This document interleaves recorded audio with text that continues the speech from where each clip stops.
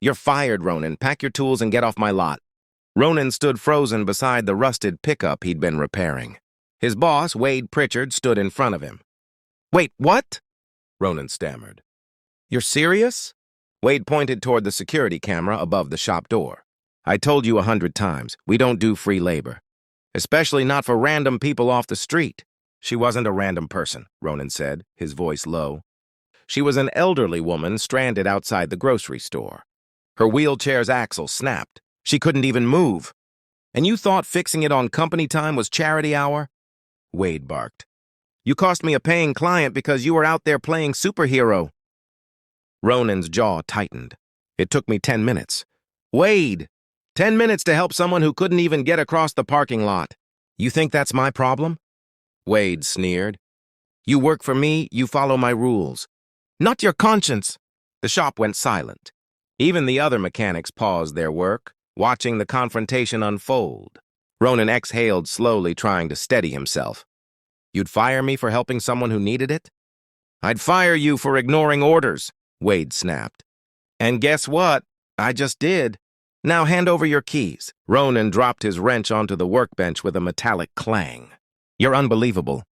Wade smirked. No, I'm practical. And practical men don't waste time fixing junk for strangers.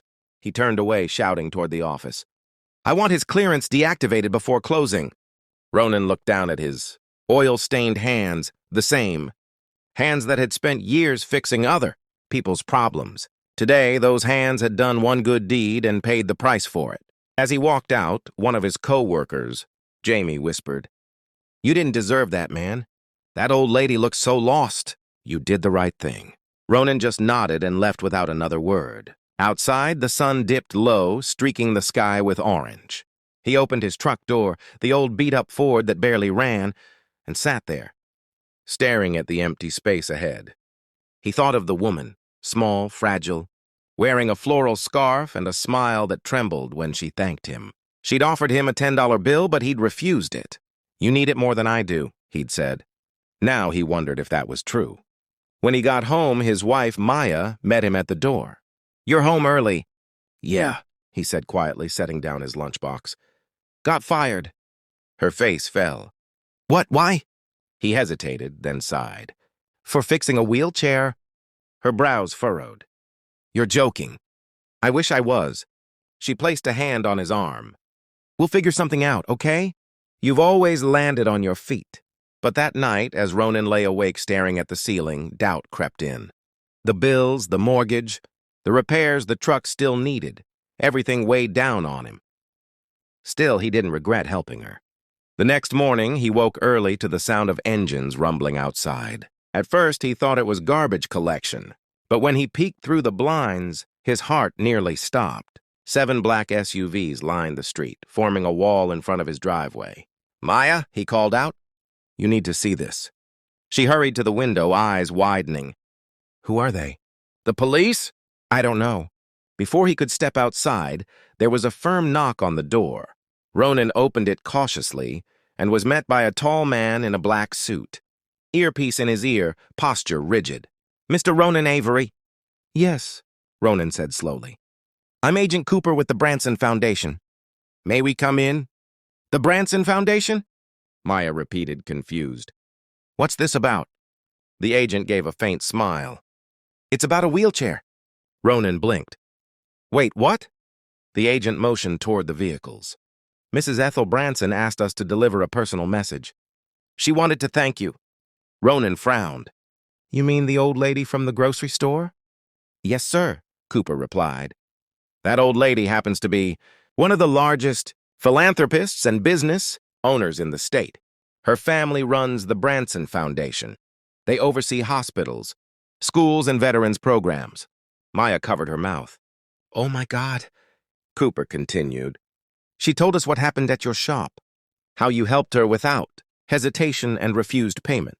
She was deeply moved. Ronan shook his head slowly, still trying to process it. I was just doing what anyone should do. Apparently not everyone agrees, Cooper said dryly. Mrs. Branson was also informed that your employer terminated you afterward. She wasn't happy about that. Ronan let out a bitter laugh. I bet he's having a great morning right now. Cooper didn't smile. That's actually why we're here. He gestured to the SUVs. Mrs. Branson has asked to meet you in person. She insists it can't wait. Ronan's stomach tightened. Meet me today? Yes, sir. She's waiting at her estate. Transportation is ready when you are. Maya looked at her husband, her eyes wide. Ronan, you should go. He nodded slowly, still stunned. Give me 5 minutes. As the convoy rolled through the city, Ronan watched through the tinted glass as the buildings blurred by. His mind raced. Why did she want to meet him? Was she angry that he'd turned down her money? Or was this just some kind of formal thank you? The SUVs turned off the main road, heading toward the countryside. Soon, a sprawling estate came into view, acres of green lawns and white marble columns. Guards opened the gates as the vehicles approached. When they stopped, the agent opened Ronan's door. Right this way, sir. Inside the mansion, everything gleamed, portraits on the walls, fresh flowers in tall vases, sunlight spilling through stained glass. At the end of the hallway sat Ethel, Branson in a silver wheelchair, the very one Ronan had repaired. Her eyes lit up when she saw him. There you are, she said warmly. The young man who reminded me that kindness still exists. Ronan smiled nervously. Mrs. Branson, I didn't expect all this. She raised a hand. Please. You have no idea what you did for me. I'd fallen earlier that week. My doctors told me not to go out, but I was stubborn. If you hadn't stopped, I don't know what would have happened. Ronan nodded respectfully. I'm just glad I was there. Her smile faded slightly. And yet your boss fired you for it. He shrugged. Yeah, well, that's life, I guess. Ethel's expression hardened. Not for long, it isn't. Ronan blinked. Ma'am? She looked past him toward her assistant. Tell the driver to reroute one of the SUVs to Pritchard Auto. I'd like to speak with Mr. Wade personally. Ronan's heart skipped. You're going there? She smiled faintly. Oh, not me, dear. But someone who handles my business affairs will. Ronan frowned. Business affairs? Yes, she said, her tone suddenly sharp. Let's just say your boss is about to learn that compassion is worth more than profit. Ronan felt a chill creep up his spine as one of her aides handed her a sealed envelope. She held it out to him. Take this, she said. You'll need it tomorrow. He hesitated. What's in it? Her smile returned, mysterious, almost playful. A new beginning. But you'll find out soon enough. Ronan looked down at the envelope, his name written neatly across it in gold ink. As he walked back to the SUV, he couldn't shake the feeling that his life was about to change forever. Question for you. What do you think is inside the envelope? A job offer? A check? Or something far more powerful? Comment your guess below. If you've been enjoying this story so far, make sure to like, subscribe, and turn on the notification bell so you never miss any of our latest uploads. Now let's get back to Ronan's story. And trust me, what happens next will leave you speechless. Ronan stood in the marble foyer of the Branson estate, holding the gold-sealed envelope like it might burn through his fingers. The SUVs that had brought him there idled silently outside, agents waiting for instructions. Mrs. Ethel Branson sat calmly in her wheelchair, eyes sharp behind her glasses, studying the bewildered mechanic as if she already knew what he would do next. Go home, Mr. Avery, she said softly. Open it when you're ready. Ma'am, I don't understand, he stammered. Why me? Why all this? Ethel smiled faintly. Because, my dear, you reminded me of something. This world forgets too easily. Kindness, without a price tag. And with that, she waved her hand, signaling the meeting was over. By the time Ronan got home, the sun was setting again, and his wife, Maya, was waiting on the porch, wringing her hands. You were gone all day. What happened? Did they hurt you? He handed her the envelope. No, they thanked me. Her eyes widened. What's in it? I don't know yet, he said, his voice shaky. But I think it's big. He tore open the envelope carefully. Inside was a thick sheet of cream-colored stationery, embossed with the Branson Foundation logo in gold. The handwriting was elegant and precise. To Mr. Ronan Avery, your actions reflected the kind of integrity this world desperately needs. Enclosed is a letter of offer. Report to Branson Automotive Division tomorrow, 9 a.m. Consider it the beginning of something new. With gratitude, Ethel Branson. Below the letter was a second sheet, an employment contract. And when he saw the salary figure printed at the bottom, his jaw dropped. "Maya, they're offering me 6 figures," he whispered. "And a management position." She clapped a hand over her mouth. "You're kidding!" "No," he said, laughing in disbelief. "They want me to run their new mechanic training program for low-income youth." Maya's eyes filled with tears. "Ronan, that's everything you ever dreamed of." He nodded slowly. "Yeah, but it's more than that. It's justice." The next morning, Ronan woke before dawn.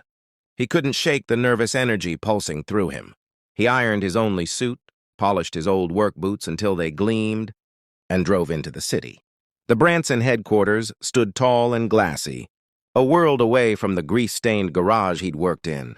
When he walked through the revolving doors, the receptionist looked up and smiled.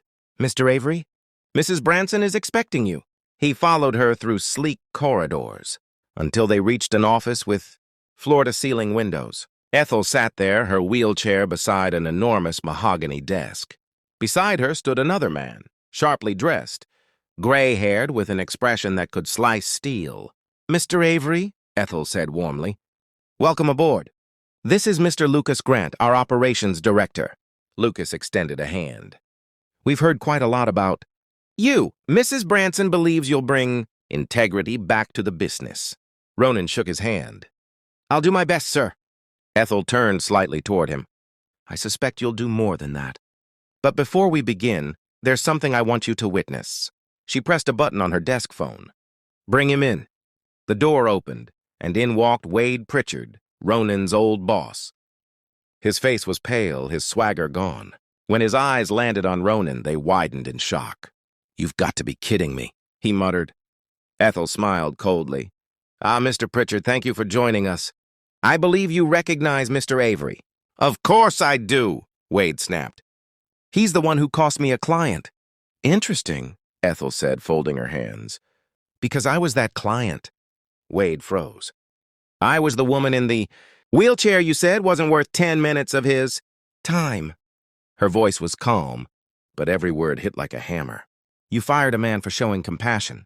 And in doing so, you revealed exactly what your company values." Wade's mouth opened, then shut. Mrs. Branson, I didn't realize." "Exactly," she cut him off. "You didn't realize because you didn't care." She turned to Ronan. "Mr. Avery, as of today, you're appointed head of Branson Mobility Services. That means your former employer will now report to you." Ronan blinked. "Wait, what?" Ethel smiled. "We've acquired his shop and its assets. Branson Automotive owns Pritchard Auto now. I believe poetic justice has its place in business." Wade's face turned crimson. "You can't do this." "Oh, but I already have," Ethel said sweetly. "You'll remain under probationary supervision until we determine whether your behavior aligns with federal, non-discrimination policies. Mr. Avery will decide whether to retain or dismiss you." The silence was electric. Wade looked at Ronan, eyes blazing with humiliation. "You're not actually going to—" Ronan took a deep breath, meeting his old boss's gaze. "Wade, I don't hold grudges, but I do believe in accountability. You're staying on, for now. But next time you put profit over people, you're done." Wade swallowed hard and nodded. "Understood." Ethel smiled approvingly. "That's the kind of leadership I was hoping for." Weeks passed, and under Ronan's management, Branson Automotive's community outreach programs flourished. They repaired mobility devices for veterans and seniors, provided free car maintenance workshops for single mothers, and hired young mechanics from underprivileged neighborhoods. One day, during a charity event, Ethel wheeled up beside him. "You've done well, Mr. Avery," she said softly. "Your shop's become a symbol of what compassion can build." He smiled. "Honestly, Mrs. Branson, I just did what I'd want someone to do for my mom." She nodded, eyes misty. "That's the kind of thinking that changes the world." Later that evening, as the sun set over the city, Ronan locked up the new garage. The sign above the door now read, "Branson Mobility Center, managed by Ronan Avery." He looked up at it, the fading light catching the gold lettering, and whispered, "Thank you." He wasn't thanking Ethel. He was thanking life itself for reminding him that one small act of kindness could turn a man's whole world around. Life lesson. Kindness is never wasted. It's an investment that life always finds a way to return, often multiplied beyond measure. The right thing may cost you today, but it will reward you tomorrow in ways you can't imagine. Quick question for you. What would you have done if you were in Ronan's position? Help the old woman and risk your job, or walk away to protect your income? Comment your answer below. And don't forget to like, subscribe, and turn on notifications for more powerful true life stories like this one.